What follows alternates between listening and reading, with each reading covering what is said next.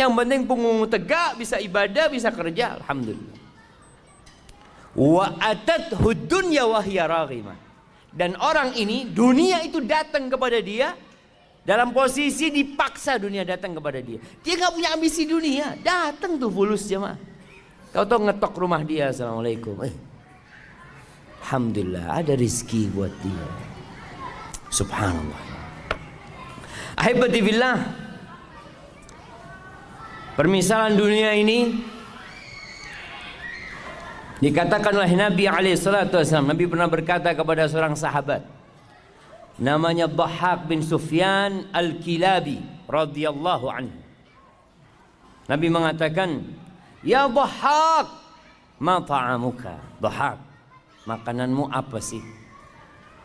Qala ya Rasulullah, al-lahmu wal laban. Wahai Rasulullah, alaika salatu wassalam ya Rasulullah. Yang aku makan itu daging dan minumku susu.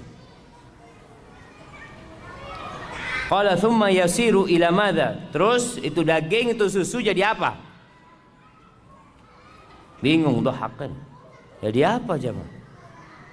Daging, antum kalau ngelihat ya, steak.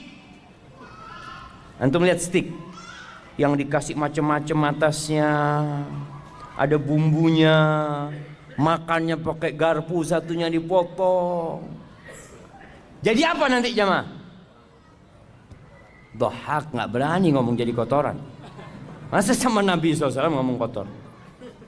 Subhanallah, adab dan etikanya para sahabat. Dia tidak ngomong jadi kotor.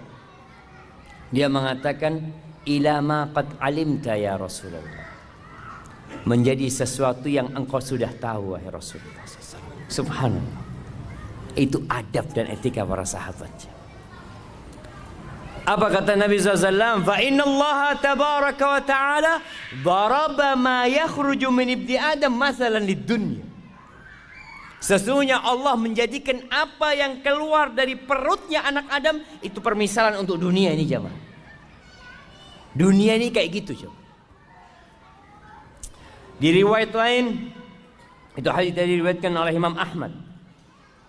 Di riwayat Ibnu Hibban, Rasulullah SAW mengatakan, inna mat'am ibni Adam duriba lid dunya mathalan bima kharaja min ibni Adam wa in qazzahahu wa mallahahu fandur ma yasiru ilaih.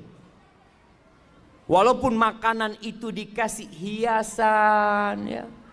Antum kalau makan di restoran-restoran bintang 5 ya, kadang-kadang kasih piring ada tutupnya, nanti masih keluar asap, dibuka, masya Allah ada sayur-sayurnya yang kecil, di model bintang, di model gunung, model apa, makanan macam-macam, masya Allah. Kata Nabi SAW, akhirnya jadi apa? Mau dibikin seperti apa? Oh, ada yang makanan muncung kayak gunung tadi itu jemaah. Ada yang warna merah, warna kuning, macam-macam manusia bikin makanan, jadinya apa? Kita tahu, hadhihi hiyad dunya. Itu dunia kita jemaah. Akhir dunia menuju kepada kerusakan. Rumah yang dibangun begitu indahnya, gedung-gedung yang tinggi. Di Jakarta antum lihat gedung-gedung itu modelnya macam-macam. Ada yang model pena, ada yang model kotak, ada yang bulat. Nanti jadi apa jemaah? Jadi debu yang berterbangan jemaah. Maka jangan sampai kita terpedaya dengan sesuatu yang akhirnya jadi kotoran. Ibnu Qayyim rahimahullahu ta'ala ketika menjelaskan tentang hadis tadi, dia mengatakan, famaghtarra biha wala sakana ilaiha illa dhu himmatin daniyah. Maka tidak akan ada orang yang tertipu dengan dunia, yang kemudian condong kepada kehidupan dunia, kecuali orang yang punya ambisi rendahan. Wa aklin hakir, akalnya remeh. Akalnya itu kecil, nggak besar dia jemaah. Wa qadrin khasis. Ya sudahlah. Dia itu nggak mampu melihat sesuatu sesuai dengan hakikatnya. Salah perhitungan. Maka nanti ketika mati baru akan menyesali semua itu. Hasan al-Basri rahimahullahu ta'ala mengatakan, man arafa rabbahu ahabbahu. Barang siapa yang mengenal Allah pasti cinta sama Allah. Pasti cinta sama Allah. Bagaimana tidak?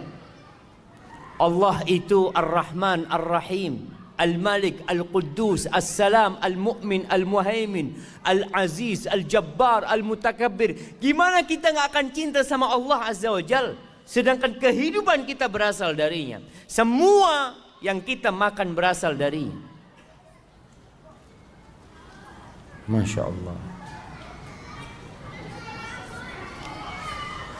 Dibuka 5 menit ke waktu Isya. InsyaAllah. Siap jemaah. Kita sholat Isya dulu ntar lagi. Sampai mana kita? Karena soalnya bukanya salah barusan jemaah. Jadi bismillah. Alhamdulillah. Orang yang kenal sama Allah akan cinta sama Allah. Tapi kenapa banyak manusia kok malas beribadah kepada Allah? Susah dia untuk sholat ke masjid. Diteriakin hayya ala salah, hayya ala falah, karena mereka nggak kenal sama Allah. Antum tuh, kalau ada orang duduk di sebelah antum nggak kenal sama dia, lagi nungguin di bandara duduk, antum sibuk mungkin baca-baca atau WA ya.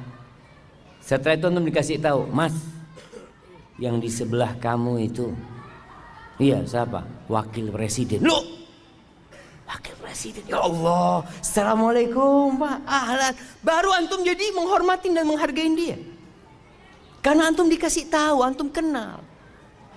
Itu manusia biasa. Atau siapalah, antum makan di warung, ada orang datang mau duduk di sebelah antum, dalam hati kecil antum, ya Allah, ini orang nggak tahu adab, tempat udah sempit, duduk sini. Kasih tahu, Mas, yang di sebelahnya itu Gubernur Jakarta. Subhanallah. Assalamualaikum Pak. Baru senyum antum. Maka dikatakan tak kenal maka tak sayang. Betul. Banyak kita nggak kenal sama Allah. Kalau ada orang yang ngasih sama antum rumah, ngasih sama antum mobil, ngasih sama antum istri dan anak, Masya Allah. Bagaimana penghormatan antum sama orang itu? Dipanggil antum, ditelepon, bulan antum datang ke sini, siap.